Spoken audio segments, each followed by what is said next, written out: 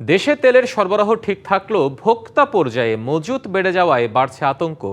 মার্চে crude oil ছাড়া অন্য সব ধরনের তেল ও এলপিজি এলএনজি আমদানি অন্য যে কোনো মাসের চেয়ে বেশি হয়েছে। জ্বালানি বিশেষজ্ঞরা বলছেন, ভোক্তাদের প্রয়োজনের অতিরিক্ত সংগ্রহের কারণে তৈরি হচ্ছে কৃত্রিম সংকট। 2024-25 অর্থ বছরে বাংলাদেশ পেট্রোলিয়াম কর্পোরেশন বিপিসি প্রায় 15,09,917 টন অপরিশোধিত তেল আমদানি করেছে। তবে আমদানির ধারাবাহিকতা ব্যাহত হওয়ায় তৈরি হয় অচলাবস্থা। মধ্যপ্রাচ্যে যুদ্ধ শুরুর পর চলতি বছরের মার্চে ডিজেল ও অন্যান্য জ্বালানি তেল 27.88% বেশি আমদানি হয়েছে। একই সময়ে ক্রুড অয়েল আমদানি কমেছে 80.26%। ক্রুড অয়েল আমদানি কমলেও এলপিজি ও এলএনজি আমদানি বেড়েছে 95.78%। এলপিজি এবং এলএনজি মার্চ যদি আমরা কম্পেয়ার করি তাহলে 96% বেশি এসেছে এবং রেভিনিউ অলমোস্ট 2,500 কোটি টাকার মতো এখাতে বেশি অর্জন হয়েছে।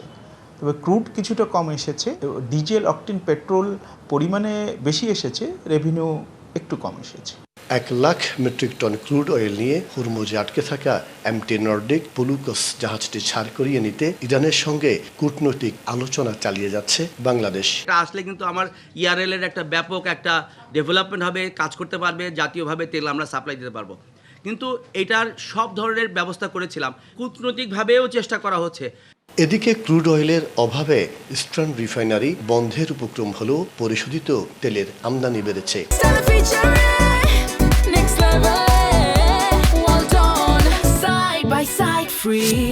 যে তেল পরিশোধন করে বের করা হতো সেই তেল সরকার কিনে নিচ্ছে। জ্বালানি বিশেষজ্ঞরা বলছেন, বাজারে ডিজেলের সমস্যা না হলেও পেট্রোল ও অকটেন সংকট সৃষ্টি করছে মানুষ। পেট্রোল পাম্পের ওখানে দীর্ঘ লাইন, সেটা হচ্ছে শুধু অকটেনের জন্য, অন্যগুলোর জন্য নেই। রিজার্ভের কোনো সমস্যা নেই। যেটা সমস্যা আমরা দেখতেছি সেটা হচ্ছে আর্টিফিশিয়াল, মানুষের মধ্যে প্যানিক সৃষ্টি হয়েছে। এটার জন্য আমাদের পাবলিককে মোটিভেট করতে হবে যে না, আমার জাহাজ আছে, আমার স্টোরেজ আছে, এখানে কোনো সংকট নাই। এইটা বলার মধ্যে যতটুকু বিশ্বাসযোগ্যভাবে করা যায় সেটাই করতে হবে। বিপিসির কর্মকর্তারা জানান, যুদ্ধ পরিস্থিতির কারণে ক্রুড অয়েলের জাহাজ কম আসলেও এর বিপরীতে পরিশোধিত তেলের আমদানি বাড়ানো হয়েছে। মাসুদুল হক, ডিবিসি নিউজ, চট্টগ্রাম।